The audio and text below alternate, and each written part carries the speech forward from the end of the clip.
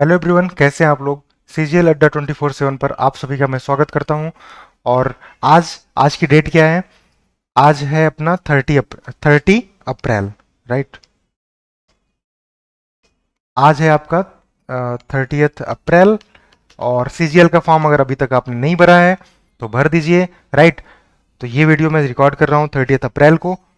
और ये video regarding है किसके, सीजीएल 2022 प्री के पेपर्स हम चालू कर रहे हैं यहाँ पर।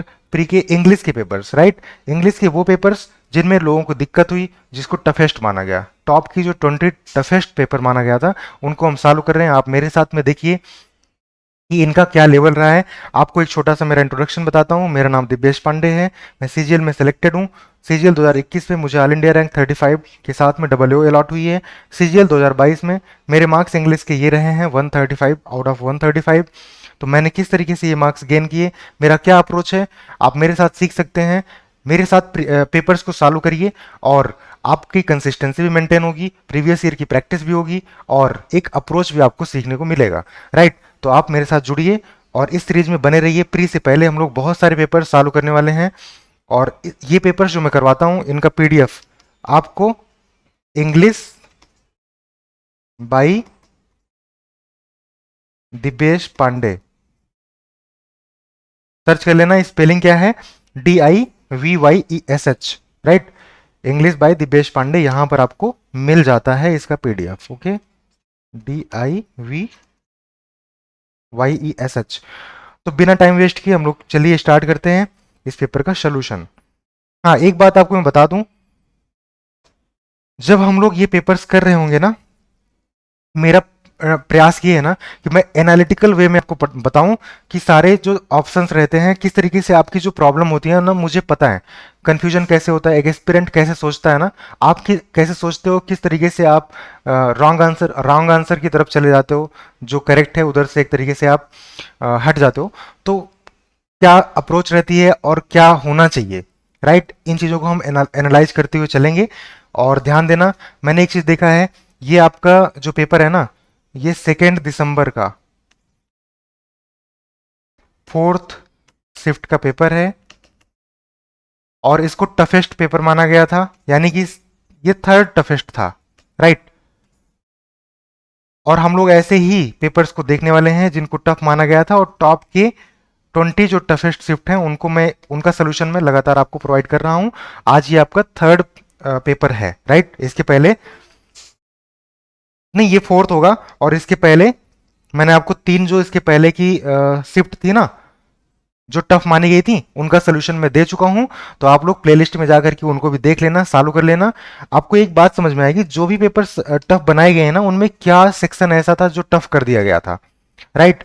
और प्री का क्या इफेक्ट कैरी ऑन हुआ आपके मेंस में, राइट। तो ये जो प्री के पेपर्स रहते हैं ये मेंस के लिए इंपॉर्टेंट होते हैं। प्री का सोल्यूशन इसलिए मेंस से पहले जरूर करके जाना चाहिए, ओके। अगर आप अच्छा करना चाहते हैं, सिंसियर हैं, सिलेक्शन लेना चाहते हैं, कंपटीशन बहुत अच्छा खासा है, तो अपने एंड पर जो करना है सो करना है, उसमें कोई ऑप्शन नहीं ढूंढना है, राइट। थोड़ी मेहनत करनी है। तो चलिए, कंसिस्टेंसी भी मेंटेन होगी और आप बहुत कुछ यहाँ पर सीखेंगे, मेरे साथ अप्रोच भी सीखेंगे, एनालिटिकल तरीके से हम लोग आगे बढ़ेंगे। पहला क्वेश्चन क्या है, देखो, हमारा तरीका क्या रहेगा ना, हम थोड़ा सा एक नज़र जो इंस्ट्रक्शंस है ना वहाँ पर जरूर एक नज़र डालेंगे, स्पेशली जब सिनोनिम एंटोनिम का करना होगा, या जैसे फिल इन द ब्लैंक है, यहाँ पर नहीं देखेंगे इंस्ट्रक्शंस, समझ में आ जाएगा, फिर भी यहाँ कुछ फिल करना है।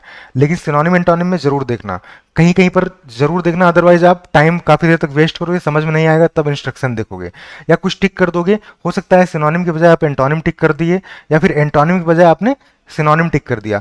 तो इस तरीके की जो सिली मिस्टेक्स है ना, ये 2022 के मेंस में बहुत ज़्यादा हुई हैं। लोगों ने इंग्लिश सेक्शन में, रीजनिंग में बहुत जगहों पर सिली मिस्टेक्स करी हैं। तो आपको इंस्ट्रक्शंस पर भी एक बार एक नज़र डाल लेनी है, और यही चीज़ आप मॉक में प्रैक्टिस करते हैं, ओके।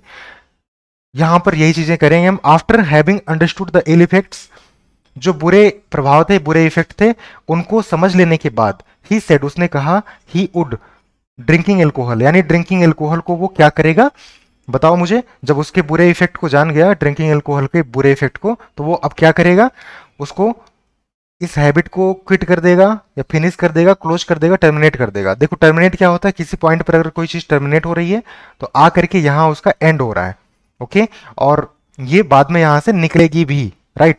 और क्लोज करना मतलब कोई चीज ओपन है आपने क्लोज कर दिया।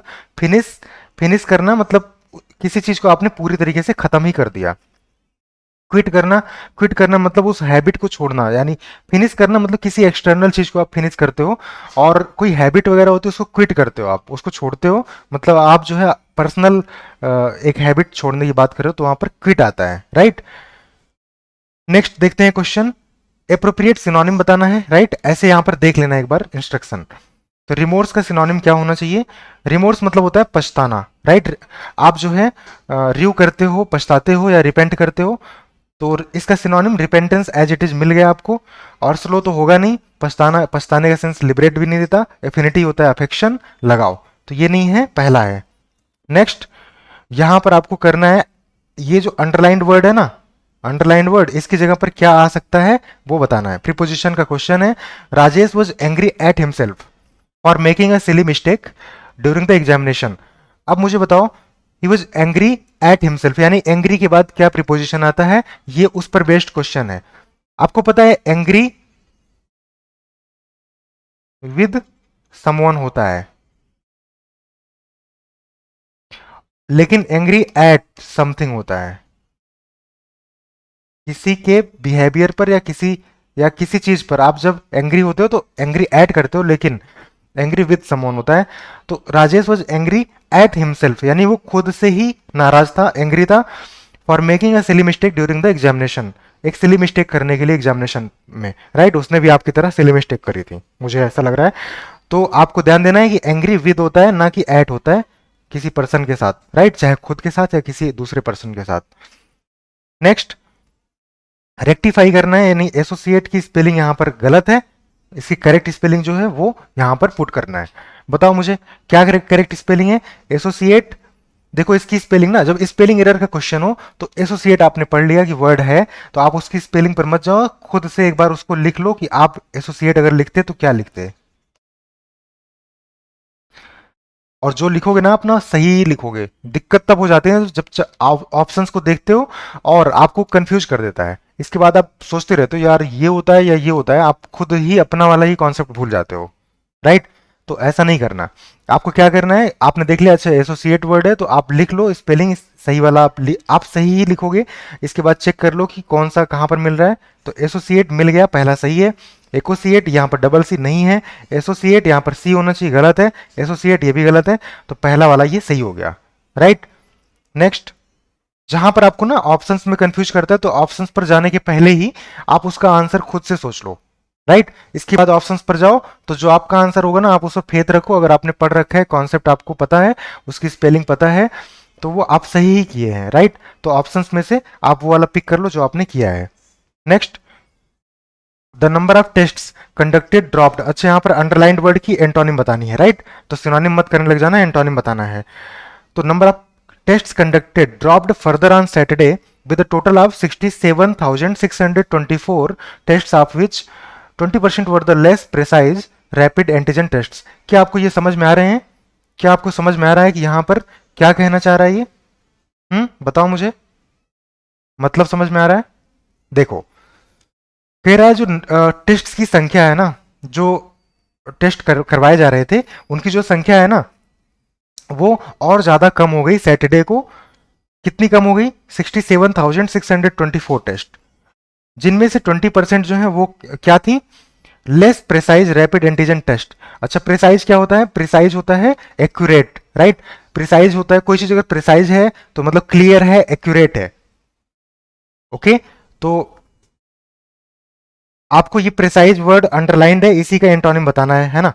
रैपिड एंटीजन टेस्ट, प्रिसाइज मतलब एक्यूरेट या फिर क्लियर। तो यहां पर क्या हो सकता है? कॉम्प्लिकेटेड नहीं, कॉम्प्लिकेटेड चीज जो है वो प्रिसाइज नहीं होती है। इनएवाइटेबल, जिसे आप जो है अवॉइड नहीं कर सकते, जिसे आप टाल नहीं सकते। रफ, अच्छा एडिक्वेट मतलब पर्याप्त होता है, ये रफ इसका एंटोनिम लग रहा है, क्योंकि प्रिसाइज एक्यूरेट होता है और रफ क्या होता है? एक्यूरेट नहीं होता है, ये नियर अबाउट होता है। किसी चीज की रफ आइडिया यानी नियर अबाउट, है ना। तो प्रिसाइज नहीं होता वो चीज रफ होती है, एक्यूरेट नहीं होता। नेक्स्ट आपको बताना है ये वाला, by the end of the football match feelings had reached fever pitch, एक ईडीएम है, इसका मतलब बताना है। तो फीलिंग्स अगर फीवर पिच तक पहुंच गई, इसका क्या मतलब है? फीवर मतलब क्या होता है? हॉट, या फिर किसी चीज का लेवल ना इंटेंसिटी जब बढ़ जाती है, दैट इज फीवर पिच। तो क्या हो सकता है? इन और टू मेनी प्लेसेस, बिल्कुल नहीं। To get so strong that one can not control them, ये हो सकता है कि किसी चीज की इंटेंसिटी इतनी बढ़ गई कि वो कंट्रोल में नहीं है। Be extremely serious and worrying, ये भी हो सकता है। स्टार्ट वेल, ये नहीं हो सकता। अब देखो, feeling sad reach fever pitch, इसमें सेकेंड वाला आपका सही है, ठीक है। तो इसका मतलब क्या होता है? फीवर पिच तक अगर फीलिंग पहुंच गई तो एक्साइटमेंट बहुत ज्यादा बढ़ गई, राइट, कंट्रोल में नहीं थी, ये वाला होगा। सीरियस एंड वरिंग नहीं होता। मैथ जैसे जैसे लास्ट लास्ट मोमेंट तक आती है, आपको देखो अच्छा खासा इसने कंफ्यूज किया है, right. Extremely serious and worrying हो गया, ऐसा नहीं है। ये एडीएम है, आपको याद भी करना है। आप ऑप्शन से भी समझ सकते हैं, लेकिन यहाँ पर गलतियां भी कर सकते हैं आप। ऐसे कंफ्यूज कर देगा तो मिस्टेक्स भी हो जाती हैं। तो आपको पता भी होना चाहिए इसका मतलब, to get so strong that one can not control them, right. Next, a speech made without preparation, आपको सबको पता होगा, वन वर्ड का क्वेश्चन है और ये एक्सटेम्पोर होता है। और रेटरिक स्पीच क्या होता है? लोगों को परसुएट करने के लिए ना बड़ी बड़ी फिगर ऑफ स्पीच आप ये दनादन फेंकते हो, राइट, मतलब बड़ी बड़ी बातें कर जाते हो, और दैट इज रेटरिक, है ना। और डेलिब्रेशन क्या होती है? डेलिब्रेशन मतलब जानबूझ करके कोई चीज जब होती है ना, तो वो डेलिब्रेटली होती है, और जानबूझ करके किया गया काम डेलिब्रेशन होता है। और स्पॉन्टेनियस क्या होता है? Spontaneous is something that is instant, right, वो बस उसी टाइम पर, right at that point, okay, right at that point of time. तो स्पॉन्टेनियस मतलब तत्काल उसी पॉइंट पर जो है वो अचानक से जो है आ गया, कुछ सडन हो गया, स्पॉन्टेनियस है। तो बिना प्रिपरेशन के ये क्या होता है? इसका इसका होता है extempore, right. Next, to smell a rat मतलब क्या होता है? सस्पेक्ट करना, ठीक है, संदेह करना। तो to have reason to know the presence of rat, बिल्कुल नहीं, ये आपको कंफ्यूज कर रहा है। रैट था तो रैट वर्ड दे करके कंफ्यूज कर रहा है। To have reason to suspect, बिल्कुल ये है इसका answer. To know the smell of a rat, बिल्कुल नहीं। टू लर्न, नहीं। Next, Priya said yes I am confounded, confounded भी कंफ्यूज ही होता है। प्रिया ने कहा हाँ मैं कंफ्यूज हूं, राइट। तो यहां पर बताओ मुझे, तो प्रिया एडमिटेड, कोई कंफ्यूजन नहीं है, सब में एडमिटेड है, यहाँ एडमिट है, हटा दो। अब इसका ना खुद से बना लो आप एक बार, तो उसके बाद ऑप्शंस पर जाओ। प्रिया ने कहा, प्रिया ने एडमिट किया, Priya admitted that she was confounded. अब देखते हैं कहां पर है। Priya admitted that she was confound कर दिया, नहीं। Priya admitted that she was confounded, ये सही है।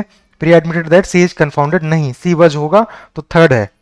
नेक्स्ट देखना, करेक्ट पैसिव फॉर्म बनाना है। पैसिव फॉर्म भी रहे तो पहले से आप अपने मन में एक बार बना लो। People speak Cantonese, Cantonese in Hong Kong, right. तो क्या हो जाएगा? Cantonese is spoken in Hong Kong, तो कहां पर है? कैंटनीज वॉज स्पोकन, नहीं, Cantonese is spoken in Hong Kong, ये सही लग रहा। कैंटनीज वॉज स्पोकन, नहीं। कैंटनीज इज बीइंग स्पोकन, नहीं। तो दूसरा वाला सही ऑप्शन है। इनमें सिली मिस्टेक्स बहुत होती हैं, राइट। और क्यों होती हैं? क्योंकि आप ना डायरेक्ट ऑप्शन पर चले जाते हो। एक बार इनको क्या करना है? खुद से बनाना है, अपने आप से बनाओ, और फिर वही वाला आप ढूंढो कहां पर है, राइट। कुछ अगर डिफरेंट है तो उसको हटा दो, एलिमिनेट कर दो। Next, she often accuses him for a lack of morality, वो प्रायः उसको जो है क्या करती है? एक्यूज करती है मोरालिटी लैक करने के लिए, कि उसके अंदर मोरालिटी नहीं है, इसके लिए उसके ऊपर आरोप लगाती है। अब देखो कितना सही कंफ्यूज किया आपको। और ये प्रीपोजिशन बेस्ड यहाँ पर दूसरा क्वेश्चन है, राइट। तो यहाँ पर जो फॉर लिया गया है ना, एक्यूज ऑफ होता है, accuse of, accuse someone of something, right. किसी को किसी चीज के लिए जो है आप एक्यूज करते हो, तो एक्यूज ऑफ समथिंग, राइट। तो accuse someone of a lack of morality, right. तो कौन से सेक्शन में है? एक्यूज हिम फॉर जो है यहां पर ऑफ होना चाहिए, तो ये वाला एरर है, फोर्थ पार्ट में एरर है, राइट। नेक्स्ट, यहां पर इनकरेक्टली स्पेल्ड बताना है। तो एक वर्ड है प्रोफेशनल, ड्यूबियस, नेफेरियस, कंज्यूमेट। देखो प्रोफेशनल ठीक है, ड्यूबियस ठीक है, नेफेरियस ठीक है। कंज्यूमेट की स्पेलिंग अगर नहीं पता है, यही मैं कह रहा हूं कि ज्यादा वर्ड है नहीं इस तरीके से, जहां से वही घूम फिर करके ऑप्शंस में और क्वेश्चंस में दे देते हैं उन्हीं वर्ड्स को उठा करके। कंज्यूमेट में डबल एम होता है, और कंज्यूमेट क्या होता है? स्किल्ड, स्किल्ड, क्वाइट अडेप्ट, और कह सकते हो बिल्कुल ही प्रोफेशनल, स्किल्ड, वो होता है पर्सन कंज्यूमेट, राइट। तो CONSUMMATE, राइट। तो यहां पर डबल एम रहता है, यहां पर सिंगल एम जो है यहां पर मिस्टेक है। नेक्स्ट क्वेश्चन क्या है आपको यहां पर? नो सेंटेंस इंप्रूवमेंट का क्वेश्चन है।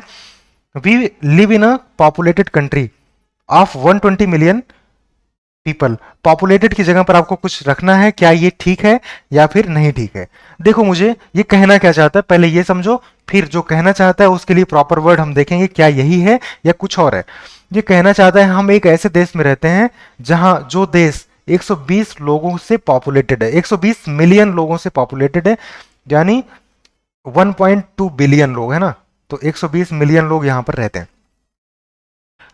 तो ये कहना ये चाहता है कि इस देश में बहुत ज्यादा पॉपुलेशन है जो कि 120 मिलियन के इक्वल है, इतने लोग यहां रहते हैं। तो यहां पॉपुलेटेड क्यों ले रहा है? ज्यादा संख्या दिखाने के लिए, ठीक है, ज्यादा पॉपुलेशन दिखाने के लिए पॉपुलेटेड ले रहा है, राइट। क्या ये ठीक होता है? नहीं ठीक होता मेरे भाई। जो पॉपुलेटेड होता है ना, नहीं पता है तो आप जान लो, बोलचाल की भाषा में आप यूज भी कर लेते हो, पर ये गलती है, गलत होता है। पॉपुलेटेड और पॉपुलस है ना, दो वर्ड हैं, इनका मिस यूज बहुत होता है, गलत यूज बहुत होता है। पॉपुलेटेड मतलब क्या होता है? कहीं पर अगर कोई रह नहीं रहा है, इट मीन्स इट इज अनपॉपुलेटेड। लेकिन कुछ लोग अगर रहते हैं, हो सकता है वो नंबर कम हो सकता है वो नंबर ज्यादा हो उनकी, जो लोग रह रहे हैं, तो वो जगह पॉपुलेटेड हो गई, भले वो कम संख्या में या ज्यादा संख्या में रह रहे हैं, it is populated, right. You can say in some areas of Uttarakhand that is on border lines the villages are less populated, right. तो पॉपुलेटेड का कहने का मतलब वहां पर लोग कम रहते हैं या ज्यादा रहते हैं इससे मतलब नहीं, मतलब वहां पर लोग हैं, पॉपुलेटेड है मतलब पॉपुलेशन रहती है। और पॉपुलस मतलब क्या होता है? People in large number, right. तो कहीं पर अगर कोई एरिया अगर पॉपुलस है, कोई कंट्री अगर पॉपुलस है, it means there are a lot of people living in that area, living in that country, okay. और पॉपुलेटेड का मतलब जस्ट इतना होता है कि वहां पर लोग रहते हैं, राइट। कोई एरिया पॉपुलेटेड है मतलब लोग वहां रहते हैं, वो खाली नहीं है, राइट। तो इतना मतलब होता है। ये यहां पर किस सेंस में कहना चाहता है? कहना चाहता है एक ऐसे देश में जहां पर बहुत ज्यादा लोग रहते हैं, बहुत ज्यादा वहां पर जनसंख्या रहती है। तो चाहे तो यहां पर अगर सही करना है ना तो डेंसली पॉपुलेटेड कर लेते, राइट, तो ठीक हो जाता, क्योंकि पॉपुलेटेड मतलब लोगों का रहना, और लोग कितनी संख्या में रह रहे हैं? डेंसली पॉपुलेटेड है, इसका मतलब बहुत ज्यादा संख्या में है। अदरवाइज दूसरा तरीका क्या है कि आप पॉपुलेटेड की जगह पर सही वर्ड पॉपुलस जो है ये रख दो, तो ऑप्शन में पॉपुलस है तो ये हो जाएगा। क्लियर है? पॉपुलस और पॉपुलेटेड बहुत ही अच्छा ये क्वेश्चन मैं मानूंगा, यहां पर लोग एरर किए होंगे, अदरवाइज अगर किया होगा तो बस तुक्का मारा होगा, ठीक है। तो अंडरस्टैंडिंग यहां पर रही होगी, वही सही से किया होगा। नेक्स्ट, हाँ, अगला जो क्वेश्चन है रीअरेंजमेंट को लेकर के है। According to the report, rearrange करना है, मुझे हटने की जरूरत है क्या स्क्रीन पर से? एक सेकेंड, मैं थोड़ा साइड हट जाता हूँ, साइड में हो जाता हूँ। अब देखो, अकॉर्डिंग टू द रिपोर्ट, पहला क्या दे रखा है? The 2021 projections reflect growing, okay, recognition of climate change issues. फिर क्या? And the importance of nuclear power in reducing emissions from electricity generation. अच्छा, आर से तो स्टार्ट हो नहीं सकता, कोई स्टार्ट दिया भी नहीं है, पी या क्यू से दिया है, ओके। तो कोई भी पी या क्यू से स्टार्ट हो सकता है। अब आपको पता है क्या करना होता है? ये पी क्यू आर एस है ना, इन चारों में स्टार्टिंग का और लास्ट का ये देख लो कि कहीं पर कुछ ऐसा हिंट मिल जाए। लास्ट में आपको ये हिंट मिल जाता है कि इसके लास्ट पार्ट में जो रहेगा ना, इसके कंटिन्यूएशन में कौन सा पार्ट आ सकता है, ये हिंट मिल जाता है। और स्टार्टिंग से ये हिंट मिल जाता है कि क्या इससे स्टार्ट हो भी सकता है कि नहीं हो सकता।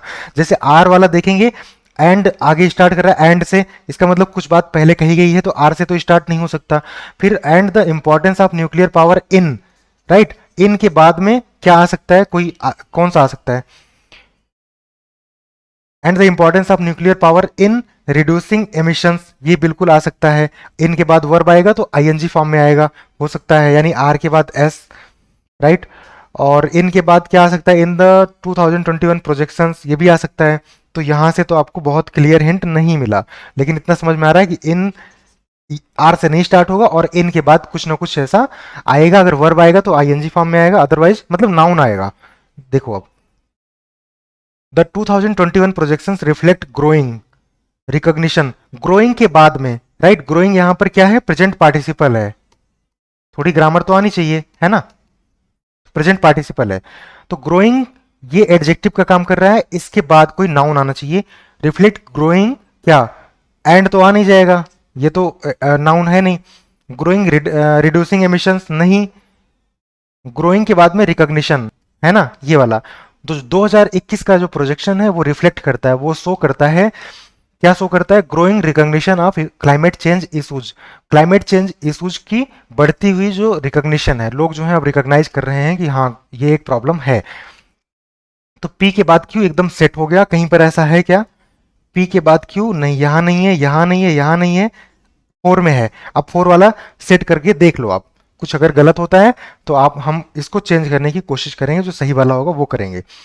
2021 का जो प्रोजेक्शन है वो रिफ्लेक्ट करता है growing recognition of climate change issues. P के बाद क्यू हो गया, फिर आर है, एंड द, अच्छा एक तो ये चीज रिफ्लेक्ट करता है ना, and the importance of nuclear power, और न्यूक्लियर पावर की इंपॉर्टेंस को शो करता है, रिफ्लेक्ट करता है किस चीज में, in reducing emissions from electricity generation. Electricity generation में एमिशन को कम करने में, रिड्यूस करने में न्यूक्लियर पावर की क्या इंपॉर्टेंस है, इसको भी वो शो करता है। तो बिल्कुल सही बन रहा है मेरे भाई, एकदम क्लियर हो गया आपको, राइट। तो इसका सही आंसर क्या हो गया, मैं पूरा एक बार इरेज कर दूं और ये वाला लिख दूं, बता दूं, फोर्थ वाला सही ऑप्शन है। ओके, फोर्थ वाला। नेक्स्ट, आपको एंटोनिम बताना है, और यहां पर वर्ड ये है, अंडरलाइंड वर्ड है left. A few chocolates were left after the Halloweens trick और ट्रीट फेयर। ओके, तो कह रहा है बहुत कम चॉकलेट बची थी। तो लेफ्ट जो है ना, इसका आपको बताना है क्या, एंटोनिम बताना है। ओके, तो क्या होगा, स्टेड बहुत ही कम चॉकलेट स्टे करी थी, नहीं यार, स्टे कोई पीपल, कोई पर्सन कर सकता है, कोई नॉन लिविंग थिंग थोड़ी ना स्टे करती है। फिनिश बहुत कम चॉकलेट बची थी, अच्छा इसका एंटोनिम बताना है ना, तो राइट या फिर प्रेजेंट। तो लेफ्ट मतलब क्या होता है, बचे होना, और एक मिनट मैं इरेज कर दूं। लेफ्ट मतलब क्या होता है, अभी रिमेन या फिर रिमेनिंग होना या फिर बचे होना, और इसका एंटोनिम क्या हो जाएगा, खत्म हो जाना, है ना, फिनिश हो जाना। तो ये वाला है, बिल्कुल क्लियर है यार। स्टेट मतलब कुछ सेंस इसका सिनोनिम से आ जाएगा, राइट तो कोई मतलब बनता नहीं है। प्रेजेंट जो है वो इसके सिनोनिम से आ जाएगा एक तरीके से, है ना, नियर वर्ड हो जाएगा कि वो अभी प्रेजेंट था, खत्म नहीं हुआ था, लेकिन खत्म होना इसका अपोजिट हो जाएगा, फिनिश्ड, है ना। ये एंटोनिम हो गया। नेक्स्ट बताना, the patient was from the hospital. अच्छा, पेशेंट को हॉस्पिटल से क्या कर दिया गया था, लिबरेट कर दिया गया था। लिबरेट क्या, कैप्चर करके रखा गया था क्या, was he kidnapped in the hospital, no ना, आपको पता है वो बस क्या हुआ था, वहां पर एडमिट हुआ रहा होगा। एडमिट होना और उसका अपोजिट क्या होता है, डिस्चार्ज होना। तो हॉस्पिटल से उसको क्या किया गया होगा, डिस्चार्ज किया होगा, बहुत क्लियर है। लेट आउट और रिलीज और लिबरेट, ये तीनों ही जब जबरदस्ती आपने किसी को, जैसे पुलिस ने किसी को मान लो कैद कर लिया है, या किसी ने किसी को किडनैप कर लिया, कुछ ऐसा रहेगा, तो वहां पर रिलीज करोगे, लेट आउट करोगे या लिबरेट करोगे। नेक्स्ट 17 वाला है, यहां पर फिर से पैरा जंबल का है, बड़ा सा क्वेश्चन दिख रहा है, घबराना नहीं है आपको, आपको हिंट दिख जाएंगी बहुत क्लियर। ऐसे बड़े क्वेश्चंस में अक्सर हिंट बहुत ज्यादा क्लियर होती हैं। चलिए अब पूरा दिख रहा है आपको, करिए। मेनी डेडवुड बीटल स्पेसीज, नहीं पता होगा क्या होता है डेडवुड बीटल स्पेसीज, कोई बात नहीं है, एक स्पेसीज है, इतना बस जान लो। ये रिसाइकिल करती हैं the nutrients of the woodlands. Okay, Woodland क्या होता है, यानी कि जो जंगल होते हैं ना, जंगल में जो न्यूट्रिएंट्स होती हैं, या फिर कह सकते हो जो फील्ड की न्यूट्रिएंट होती हैं, उसको ये रिसाइकिल करता है। ओके, तो some deadwood beetles are predators और parasitoids to other insect species and restrict population growth of potential pests. Okay, कुछ डेडवुड जो बीटल होती हैं, जो स्पेसीज की बात करी गई, वो प्रेडेटर होती हैं या पैरासाइट नेचर की होती हैं। तो प्रेडेटर या पैरासाइट नेचर होने का मतलब क्या है, ये दूसरों को जो है शिकार करती हैं। प्रेडेटर मतलब दूसरों को शिकार करती हैं, और पैरासाइट मतलब होता है ये डिपेंड करती हैं दूसरों पर, राइट, दूसरों के फूड को अपना फूड बनाती हैं। टू अदर इंसेक्ट स्पेसीज, है ना, तो पैरासाइटॉइड होती हैं दूसरी इंसेक्ट स्पेसीज पर, यानी उनका दूसरे इंसेक्ट स्पेसीज का वो शिकार करती हैं, या फिर उन पर वो डिपेंड करती हैं। और रिस्ट्रिक्ट करती हैं पॉपुलेशन ग्रोथ को पोटेंशियल पेस्ट्स के। संभावित जो पोटेंशियल जो पेस्ट है ना, संभावित जो कीटाणु वगैरह हैं, उनके ग्रोथ को ये रेस्ट्रिक्ट कर देती हैं क्योंकि उनको ये खा जाती हैं। ओके, आर क्या है, other have recently been found to be pollinators. और हाल में देखा गया है कि जो दूसरी है ना, वो क्या बिहेव, कैसे बिहेव करती हैं, पॉलिनेटर की तरह बिहेव करती हैं। पॉलिनेटर क्या होती हैं, जो पॉलिनेशन का काम करती हैं, यानी कि एक पौधे से दूसरे पौधे में जो पोलन होता है उसको पहुंचाती हैं। अच्छा, working alongside fungi, bacteria and other invertebrates, they break down dead wood and return the nutrients back to the soil. अच्छा, वर्किंग एलोंगसाइड मतलब इनके साथ में काम करती है जो फंजाई, बैक्टीरिया और दूसरी इनवर्टिब्रेट्स हैं, ये क्या करती हैं, ये ब्रेक डाउन करती हैं डेड वुड को, राइट। मतलब ये इनके साथ में काम करती हुई जो डेड वुड होता है, ठीक है, जो मान लो डेड वुड मतलब ऐसे समझ लो देसी भाषा में खरपतवार, यानी कि खेतों में जो घास फूस रहती हैं या वुड जो होती है ना, मतलब लकड़ी का कुछ पार्ट वगैरह रिमेन अगर है वहां पर, तो उस चीज को ये ब्रेक डाउन कर देती है and return the nutrients back to the soil, और न्यूट्रिएंट्स को दोबारा सॉइल में इस्टेब्लिश करती है, रिटर्न करती है। अच्छा, एक बात आपने ध्यान दिया या नहीं ध्यान दिया जब मैं समझा रहा था, तो क्यू और आर ये देखो जरा, कह रहा है डेडवुड बीटल के बारे में बता रहा है, फिर बता रहा है उनमें से कुछ ऐसी होती हैं ना जो प्रीडेटर और या पैरासाइट नेचर की होती हैं, जबकि दूसरी जो है वो पॉलिनेटर के नेचर की होती हैं। तो एक बात तो समझ में आ गया, कुछ ऐसी और दूसरी ऐसी, यानी क्यू के जस्ट बाद आर होना चाहिए। ऐसा कहाँ पे है, क्यू के जस्ट बाद आर, ये पहले में हिंट मिल रहा है। इसी को आप क्या करिए, सेट करो और देखो कि यहाँ पर क्या सब सही जा रहा है या फिर कुछ एरर हो रही है सेट करने पर। पहले पी लेना है, many deadwood beetle species recycle the nutrients of the woodlands. Okay, बहुत सी जो डेडवुड बीटल हैं ये रिसाइकल करती हैं वुडलैंड के न्यूट्रिएंट को। फिर एस लेना है, वर्किंग एलोंगसाइड फंजाई। अच्छा, फंजाई इनके साथ में काम करके ये डेडवुड को क्या करती हैं, ब्रेक डाउन करती हैं और रिटर्न करती हैं न्यूट्रिएंट्स को सॉइल में। वही बात कंटिन्यू हो रही है, न्यूट्रिएंट्स को किस तरीके से स्टैब्लिश करती हैं, इनके साथ मिलकर स्टैब्लिश करती हैं। समझ में आ गया, कंटिन्यूएशन में है, बिल्कुल सही जा रहा है। फिर क्यू है, फिर बता रहा है कि कुछ डेडवुड जो हैं प्रीडेटर की तरह बिहेव करती हैं, जबकि कुछ जो हैं दूसरी पॉलिनेटर की तरीके से बिहेव करती हैं, राइट। तो पी एस क्यू आर ये बिल्कुल सही बन रहा है, तो ये आपका ये ऑप्शन हो गया। ऐसे ही कुछ आपको हिंट मिल जाती हैं, ये बड़े क्वेश्चंस देख करके घबराना नहीं होता है।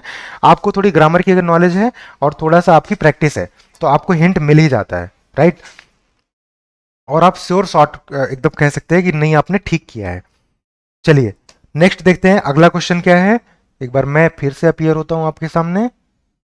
ओके, हाँ, यहां पर करना है select the option that expresses the given sentence in active voice. Okay, active voice बनाना है। देखो जरा, the keys have been forgotten by Jyoti, सबसे बड़ा हिंट होता है हेल्पिंग वर्ब। एक्टिव में बनाना, ये पैसिव में लिखा गया है, तो हैव रहा होगा हेल्पिंग वर्ब, तभी तो हैव बीन किया गया है पैसिव में। तो हैव कहां पर है, देखो यहाँ हैड है, गलत हो गया, हैज गलत है। या अच्छा, हैज भी हो सकता है ना, सिंगुलर अगर बाई ज्योति, ज्योति द्वारा किया गया है तो ज्योति सिंगुलर है, ये सब्जेक्ट बनेगी तो इसके अकॉर्डिंगली हैज आएगा।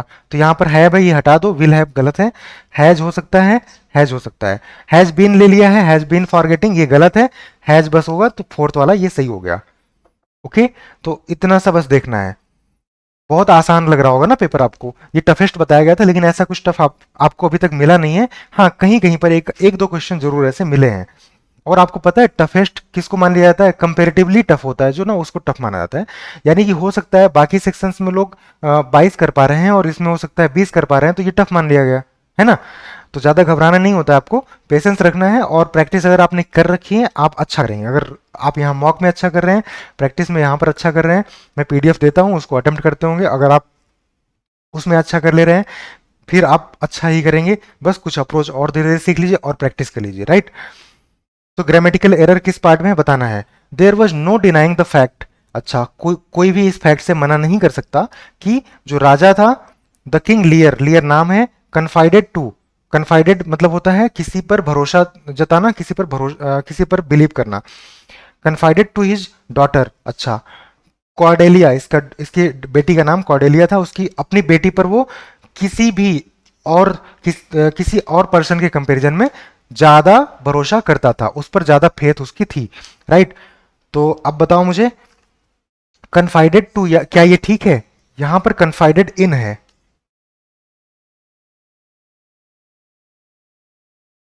ओके, कन्फाइडेड इन है। तो एक बात आप लोग ध्यान दीजिएगा। आप देख पा रहे होंगे कि प्रीपोजिशन से रिलेटेड ये थर्ड क्वेश्चन है, राइट? जो पेपर टफ बनाए गए हैं उनमें आप देखो कि क्या चीजें टफ करी गई हैं, तो थोड़ा सा प्रीपोजिशन वाला पार्ट आता है तो लोगों को टफ लगने लगता है, क्योंकि प्रीपोजिशन को अभी तक लोग इग्नोर कर रहे थे। लेकिन अब मेंस का भी पेपर हो रहा है, आप जाकर के मेंस का पेपर उठा करके देखना, वहां पर भी प्रीपोजिशन बेस्ड बहुत सारे क्वेश्चन पूछे गए, राइट? जहां पर पेपर टफ बना ना, वो प्रीपोजिशन की वजह से टफ बना वहां भी। तो ये चीजें कैरी फॉरवर्ड हुई कि नहीं हुई आगे? यही जो यहाँ पर जो एक्सपेरिमेंट एसएससी ने करा है, यही चीज़ें वहाँ पर कैरी फॉरवर्ड हुई हैं। मैं बहुत श्योर नहीं हूँ, लेकिन एक बात मेरी एक्सपीरियंस से मुझे एकदम पता है कि प्री की चीज़ें कैरी फॉरवर्ड होती हैं मेंस में, तो प्री की आपको अच्छे से प्रैक्टिस करनी चाहिए। और मुझे ऐसा लगता है, मेरा एक्सपीरियंस ऐसा रहा है, मुझे ऐसा लगता है कि प्री और मेंस का पेपर एक ही टाइम पर ये बना लेते हैं, उसी टाइम पर ये एटलीस्ट जो स्टैटिक टाइप के सेक्शन है ना उनका बना लेते हैं, जैसे इंग्लिश, जैसे कि मैथ, रीजनिंग, इनका बना लेते हैं। हाँ, जीएस का ये हो सकता है कि बाद के क्वेश्चंस को भी बाद में शामिल करते होंगे। तो इस टाइम ना प्री का जो नेचर आपको दिख रहा है, इसके साथ ही बनाएंगे, वही लोग बनाएंगे, तो वही टेंडेंसी वहां पर आगे कैरी फॉरवर्ड होती है। तो प्री और मेंस के बीच में 2 महीने का टाइम होता है, और प्री का आंसर किया जाता है। आप एग्जाम दे करके आते हैं, आपको क्वेश्चन समझ में आ जाते हैं, उसकी एनालिसिस करके आप बहुत बड़ा हिंट पा सकते हैं कि मेंस में क्या होने वाला है, राइट? तो इसी तरीके से हम लोग एनालाइज करते रहेंगे और चीज़ों को सीखेंगे, और जो जरूरी है वो करेंगे, निश्चित तौर पर आपका मार्क्स इंप्रूव होगा। ठीक है, आप बने रहिए, इन पेपर्स को जरूर सॉल्व करिए, ये इंपॉर्टेंट है। तो कन्फाइडेड इन होता है, राइट? कन्फाइड इन समवन, तो यहां पर ये एरर है, यानी कि कौन सा पार्ट हो गया? पहला वाला, कन्फाइड इन। नेक्स्ट, एंटोनिम बताना है पोलाइट का। सबको पता है पोलाइट क्या होता है? पोलाइटनेस यानी कर्टसी, यानी कि वेल मैनर। तो पोलाइट का आपको एंटोनिम बताना है, आप सिनोनिम मत ढूंढने लग जाना, ठीक है? हमेशा बताता हूँ, सिनोनिम एंटोनिम में ऐसी मिस्टेक नहीं करनी हमें। बताओ मुझे पोलाइट का, पोलाइट है, उसका अपोजिट रूड है, बिल्कुल ठीक है। सिविल होना या डिसेंट होना एक ही बात है ना? कोई इंसान सिविल है या डिसेंट है, यानी कि वो कर्टियस है, वो पोलाइट है, उसके अंदर जो है वेल मैनर है।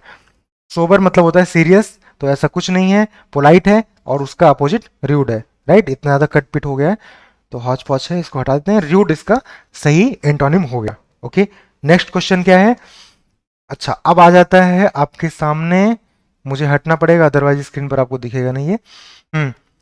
आपके सामने अब क्लोज टेस्ट है, इनको आपको करना है। देखते हैं क्लोज टेस्ट करने का मेरा अप्रोच क्या है, आपको मैं वो सिखाता हूँ।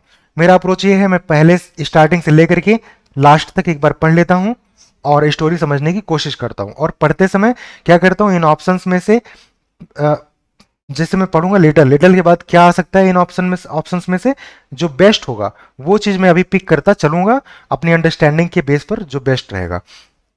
जब मैं लास्ट तक जाऊंगा ऐसे बेस्ट चूज करते हुए सारे ऑप्शंस का, तो मेरे पास एक स्टोरी बन जाएगी, और वो स्टोरी कंटिन्यूएशन में है कि नहीं है, फ्लो बन रहा है कि नहीं बन रहा है, कुछ चीज़ अगर कंट्राडिक्टरी लग रही है कहानी के अकॉर्डिंग, तो हम वहां पर समझ में आ जाता है, तो दोबारा आकर के इस चीज़ को ठीक करेंगे, राइट?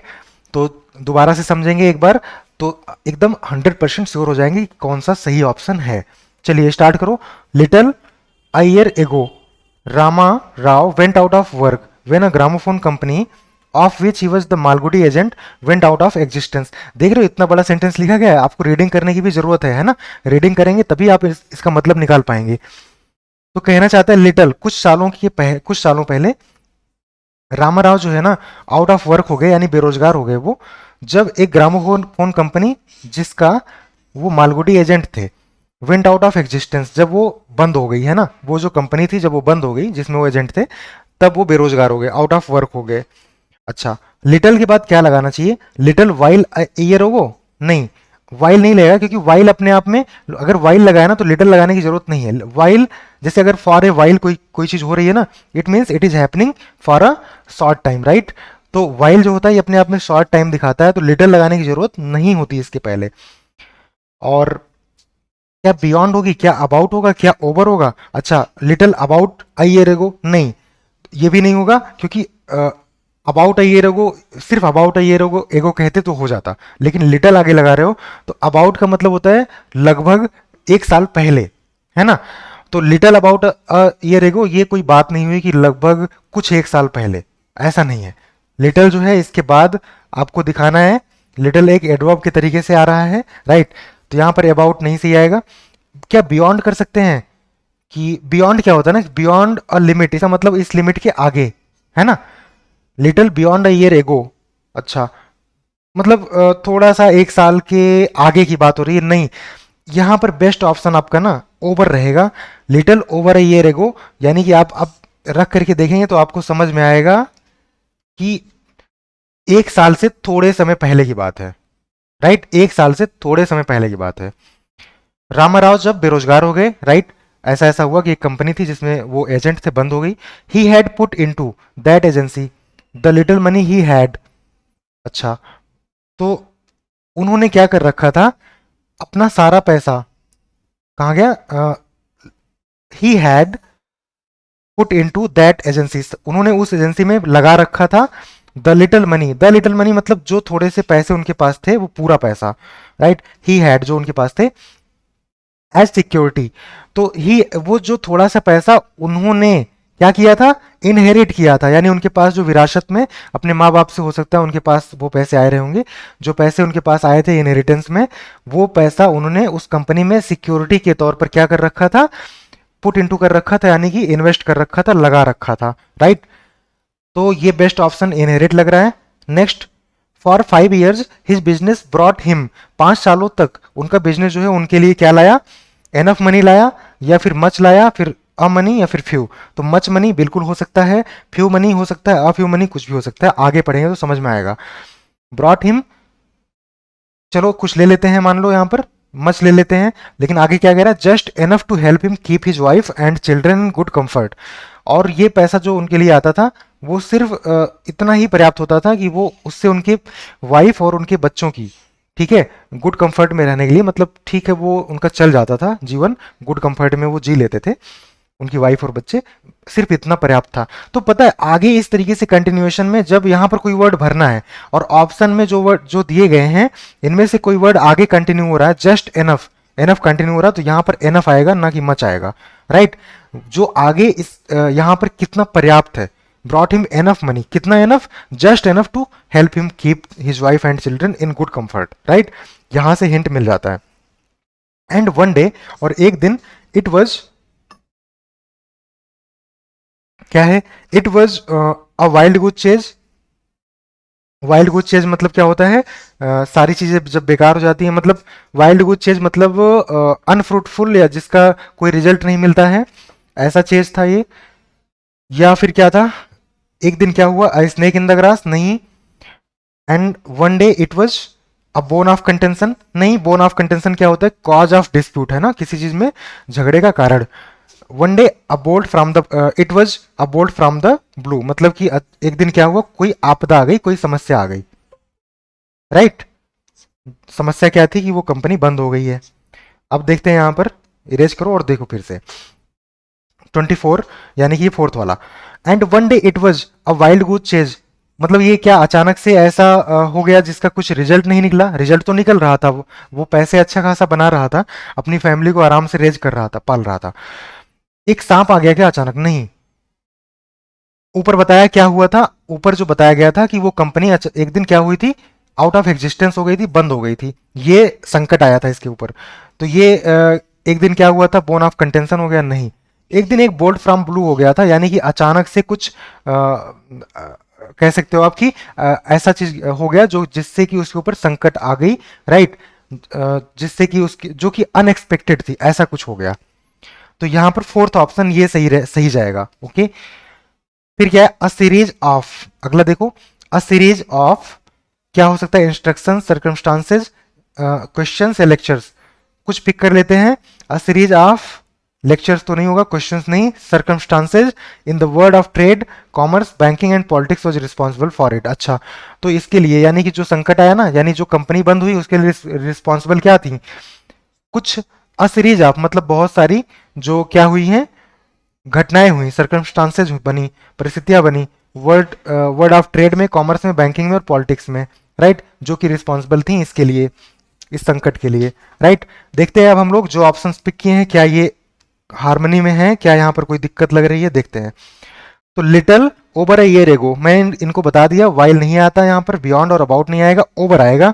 थोड़े से थोड़े से साल पहले की बात है, यानी कुछ साल पहले की बात है, जो रामाराव आउट ऑफ वर्क हो गए, जो कि ग्रामोफोन कंपनी में मालगुडी एजेंट थे। जब ये कंपनी बंद हो गई तो ये आउट ऑफ वर्क हो गए।